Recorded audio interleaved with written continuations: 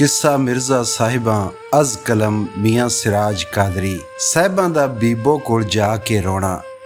Vivo दे घर साहिबां जाके रो पई, हाय नी ततिए फुफिए मैं जिउंदी मर गई।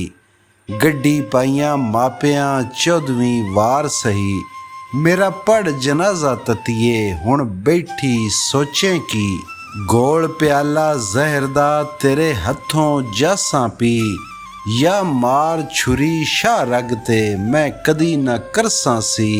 मैं कदी न चढ़सां जिउंदी डोली चदड़ां दी, गल बंदा मेरे खान नू कोई दस सना सही। या दी राती उठिए रल दोवें मां ते धी, दिन चढ़दे जू सियाल दी जाविए टप कदी। मुकियां कूड़ कहानियां आया सच सही, गल मुकदी बाज सिराज दे मैं कदी न सकदी जी। बीबो दी तसल्ली ते दूआं दी सलाह। फुफी उठ के साहिबां लई कलेजे ला, मैं वारी लख वारियां बचिए ना घबरा। इस मंजल लख मुसीबतां अजे इस दी इब्तदा, आशिक नू हर कदम ते इम्तिहान बला। तू सर पर साहिबां जागना ए इश्के दा दरिया, दूर किनारा इस दा डूंगा बेबहा।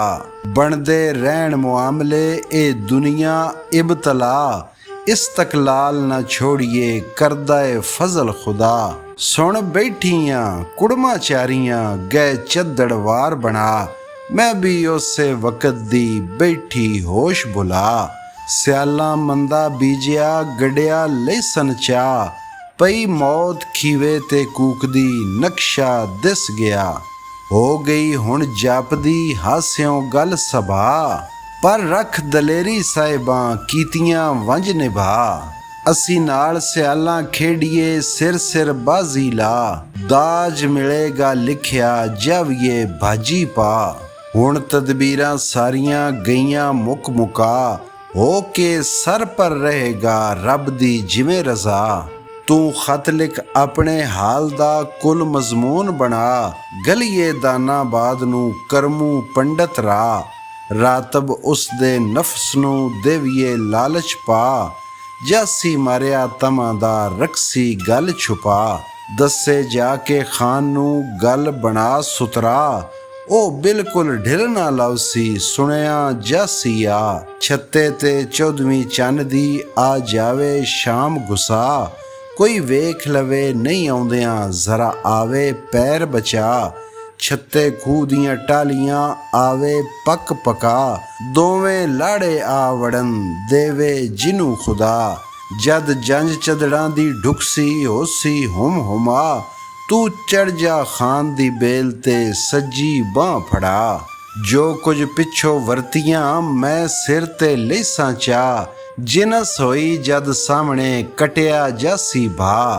दुआ सच्ची नीयत थी आखी खैर दुआ, पक सिराज इस गल ते हो गया मुक मुका। साहिबां दा करमू नू घर सदना ते अर्ज करनी। साहिबां लिखे चिट्ठी खरल नू घत दर्दां दे उनवान, ज्यों तालब अपने पीर नू पै रो रो अर्ज सुनान। उस बीबो नाल बना लई छत्ते दी अरठ मकान, गल मुकदी चन्नो 14वीं आ जावे मिर्ज़ा खान।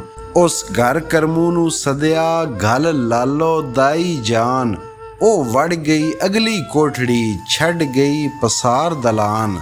जद घर वाले घर ना रहे उस वेड़ा लिया पछाण, फैज़ा फरगता फन सब आरफा उनू याद आहा फरमान।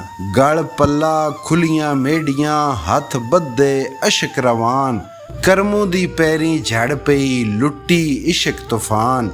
जट्टी मारी दर्द फिराक दी रुन्नी दिल दे कड़ अरमान, जिवें सावण बदलियां गारियां ओदे नैन लहू बरसान।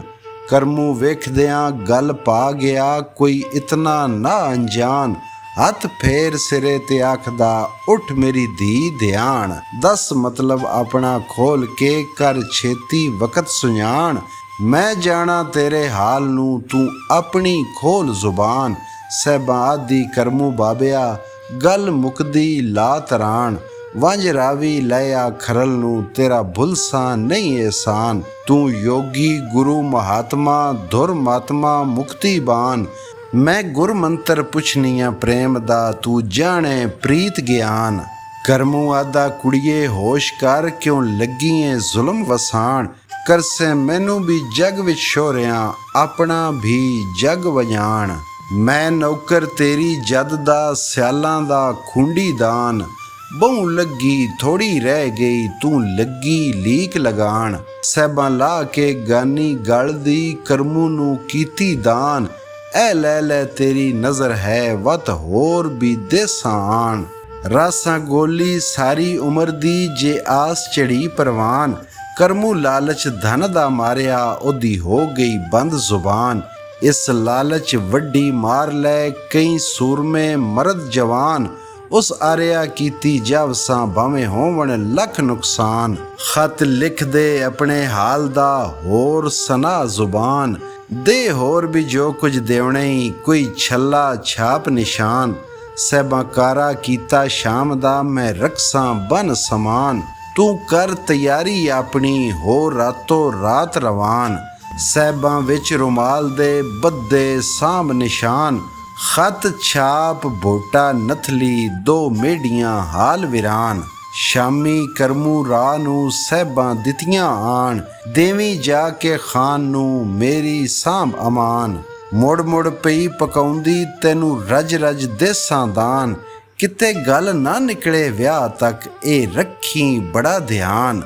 ਦਿੱਤੀਆਂ ਰਾਤ ਤਸਲੀਆਂ, ਕੁੜੀਏ ਛੱਡ ਸਮਝਾਣ। ਟੁੱਟ ਜਾਸੀ ਜੰਦਰਾ ਬੁੱਤ ਦਾ, ਨਾ ਹੋਸੀ ਭੇਤ ਅਯਾਨ। ਕੀਤੇ ਦੁਖੜੇ ਆਪਣੇ ਸਾਹਿਬਾਂ ਕੁਲ ਬਿਆਨ। ਲਿਖੇ ਖਤ ਸਿਰਾਜ ਸੰਵਾਰ ਕੇ, ਜਾਨਬ ਮਿਰਜ਼ੇ ਖਾਨ।